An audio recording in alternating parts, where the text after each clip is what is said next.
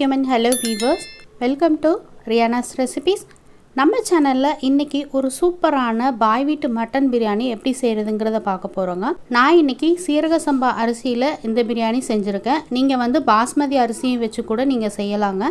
இப்போதான் நம்மளோட சேனலை ஃபர்ஸ்ட் டைம் பார்க்குறீங்கன்னா மறக்காம சேனலுக்கு சப்ஸ்கிரைப் பண்ணிட்டு பக்கத்துல இருக்க பெல் ஐகானை கிளிக் பண்ணி வச்சுக்கோங்க. வாங்க இப்போ எப்படி செய்யறதுங்கறத பார்க்கலாம். பாய் வீட்டு ஸ்டைல் மட்டன் பிரியாணி செய்கிறதுக்கு 1/2 கிலோ சீரக சம்பா அரிசி எடுத்திருக்கேன். 1/2 kg மட்டன் எடுத்திருக்கேன். மட்டன் பீஸ் கொஞ்சம் பெரிய பீஸாக இருக்கிற மாதிரி பார்த்துக்கோங்க, அப்போ தான் பிரியாணிக்கு நல்லாயிருக்கும். பெரிய வெங்காயம் ஒரு 1/4 கிலோ தேவைப்படுங்க. 1/4 கிலோனா ஒரு 3 பெரிய வெங்காயம் வரும். அதை இந்த மாதிரி ஸ்லைஸாக கட் பண்ணி வச்சுக்கோங்க. காரத்துக்கு தேவையான அளவுக்கு 3 பச்சை மிளகாவை ஒரு சின்ன ஹோல் போட்டு எடுத்து வச்சுக்கோங்க.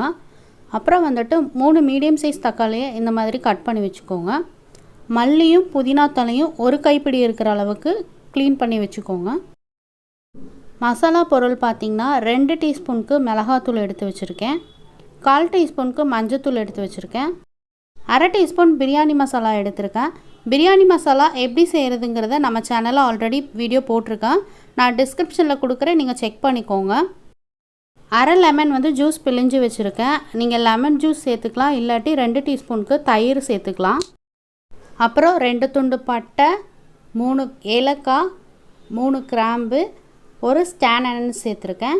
அப்புறம் ஜிஞ்சர் கார்லிக் பேஸ்ட்டு 2 டேபிள் ஸ்பூனுக்கு எடுத்திருக்கேன். நீங்கள் கிராம் கணக்கில் வேணும்னா 50 கிராம் இஞ்சி, 50 கிராம் பூண்டு 1/2 கிலோ அரிசிக்கு கரெக்டாக இருக்கும்.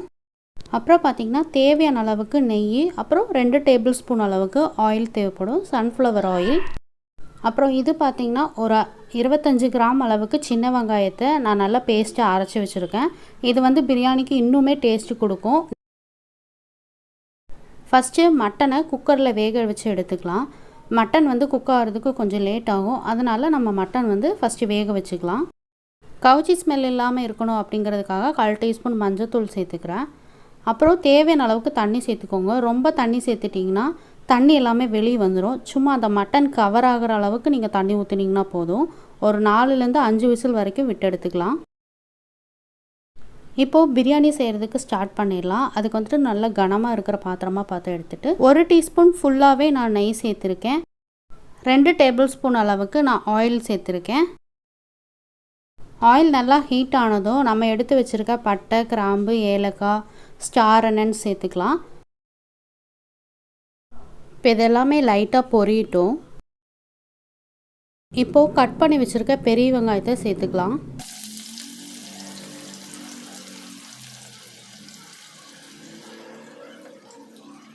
இப்போது பெரிய வெங்காயம் நல்லா கோல்டன் ப்ரௌன் ஆகிற வரைக்கும் நம்ம ஃப்ரை பண்ணிக்கிட்டே இருக்கலாம். நல்ல கோல்டன் ப்ரௌன் ஆனால் தான் பிரியாணி நல்லா டேஸ்ட்டாக இருக்கும். இந்த ஆனியன் வதக்கிறதா நம்ம பிரியாணியோட டேஸ்ட்டே இருக்குது. ரொம்ப ஹை ஃப்ளேமில் வச்சு வெங்காயம் வதக்கும் போது கரிஞ்சிரும். அதனால் நீங்கள் பொறுமையாக மீடியம் ஃப்ளேமில் வச்சுட்டு நல்லா வதக்கிக்கோங்க. இப்போ பாருங்கள், வெங்காயம் நல்லா கோல்டன் ப்ரௌனாக ஃப்ரை ஆகிருக்கு. இந்த ஸ்டேஜில் நம்ம 3 பச்சை மிளகாவும் அப்புறம் க்ளீன் பண்ணி வச்சுருக்க புதினா மல்லி இலைகளை நம்ம சேர்த்துக்கலாம்.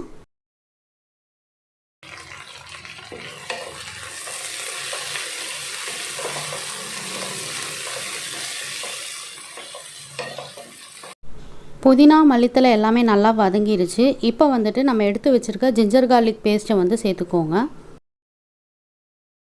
ஜிஞ்சர் கார்லிக் பேஸ்ட்டு சேர்த்ததுக்கப்புறம் அடுப்பை மிதமான சூட்டில் வச்சுட்டு இதோட ராஸ்மெல் போகிற அளவுக்கு நல்லா வதக்கிக்கிட்டே இருக்கலாம்.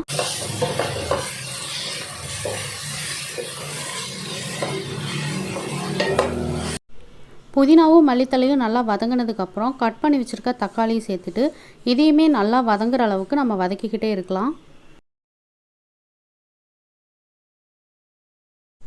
இப்போது தக்காளி எல்லாம் நல்லா வதங்கினதுக்கப்புறம் நம்ம அரைச்சி வச்சுருக்க சின்ன வெங்காய பேஸ்ட்டு சேர்த்துக்கோங்க. இந்த பேஸ்ட்டு சேர்த்ததுக்கப்புறம் அடுப்பை லோ ஃப்ளேமில் வச்சுட்டே நல்லா மிக்ஸ் பண்ணி விடுங்க. ஹை ஃப்ளேமில் வச்சு வதக்கும் போது நம்ம பேஸ்ட்டாக இருக்கிறதுனால சீக்கிரமாக அடி பிடிக்கிறதுக்கு சான்ஸ் இருக்குது. இப்போ இது எல்லாமே வதங்கி எண்ணெய் நல்லா பிரிஞ்சு வந்திருக்கு பாருங்கள். இந்த ஸ்டேஜில் நம்ம எடுத்து வச்சுருக்க மசாலா ஐட்டமெல்லாம் நம்ம சேர்த்துக்கலாம். 2 டீஸ்பூனுக்கு சக்தி மிளகாத்தூள் சேர்த்துருக்கேன். ஆல்ரெடி நம்ம 3 பச்சை மிளகாய் சேர்த்துருக்கோம், அதனால் காரம் கரெக்டாக இருக்கும். நீங்கள் வீட்டில் அரைச்ச மிளகாத்தூளாக இருந்துச்சுன்னா 3 டீஸ்பூன் சேர்த்துக்கோங்க. அப்புறம் மஞ்சத்தூள், பிரியாணி மசாலா சேர்த்துட்டு நல்லா மிக்ஸ் பண்ணி விட்டுட்டே இருக்கலாம்.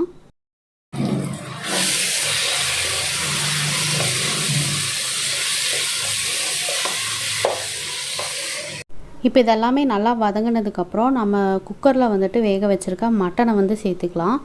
மட்டனை மட்டும் சேர்த்துக்கோங்க. மட்டன் வேக வச்ச தண்ணி வந்துட்டு அதை நம்ம கடைசியில் சேர்த்துக்கலாம். இப்போ இதெல்லாம் சேர்த்துட்டு நல்லா மிக்ஸ் பண்ணி விட்டுருங்க. அந்த மசாலா கூட மட்டன் நல்லா மிக்ஸ் ஆகணும். அந்தளவுக்கு மிக்ஸ் பண்ணிக்கிட்டே இருங்க. இப்போ ஒரு தடவை மிக்ஸ் பண்ணதுக்கப்புறம் மட்டனுக்கு தேவையான அளவுக்கு உப்பு சேர்த்துக்கோங்க. நான் வந்து 1.5 டீஸ்பூன் அளவுக்கு உப்பு சேர்த்துட்டு நல்லா மிக்ஸ் பண்ணி விட்டுக்கிறேன். இப்போ இதை நல்லா மிக்ஸ் பண்ணி விட்டுட்டு நம்ம ஒரு மூடி போட்டு ஒரு 5 நிமிஷத்துக்கு மிதமான சூட்டில் அந்த மசாலாலாம் நல்லா பிடிக்கிற அளவுக்கு நம்ம மூடி போட்டு வேக வச்சுக்கலாம். இப்போ கரெக்டாக 5 நிமிஷம் ஆயிடுச்சு. ஓப்பன் பண்ணிவிட்டு நல்லா மறுபடியும் இன்னொரு தடவை மிக்ஸ் பண்ணி விட்டுக்கலாம். ஆல்ரெடி நம்ம மட்டன் வந்து குக்கரில் குக் பண்ணிட்டனால ரொம்ப நேரம் நம்ம இதை வதக்க வேண்டியது வராது. இப்போ லைட்டாக மிக்ஸ் பண்ணி அந்த மசாலா பிடிக்கிற அளவுக்கு மிக்ஸ் பண்ணால் போதும்.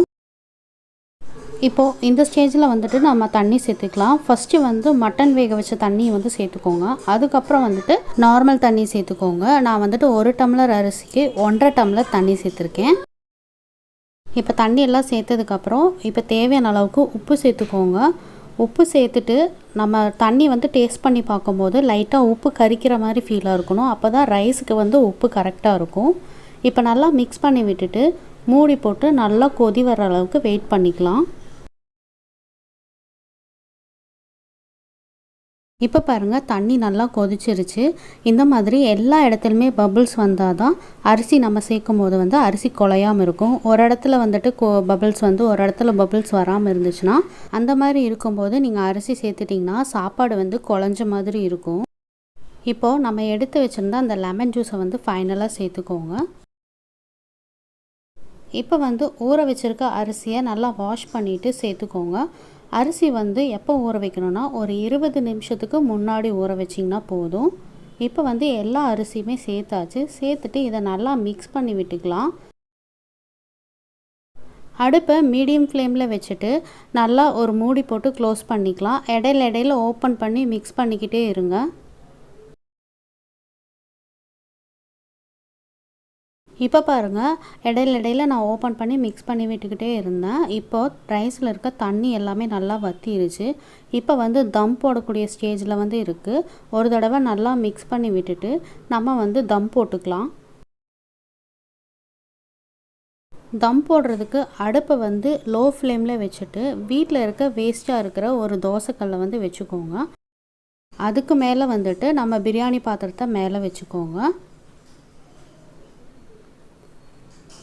இப்போ வந்துட்டு காற்று போகாத அளவுக்கு நல்ல ஒரு டைட்டாக இருக்கிற மூடியாக பார்த்து மூடி வச்சுட்டு மேலே வந்து ஏதாவது ஒரு வெயிட் வச்சுக்கோங்க.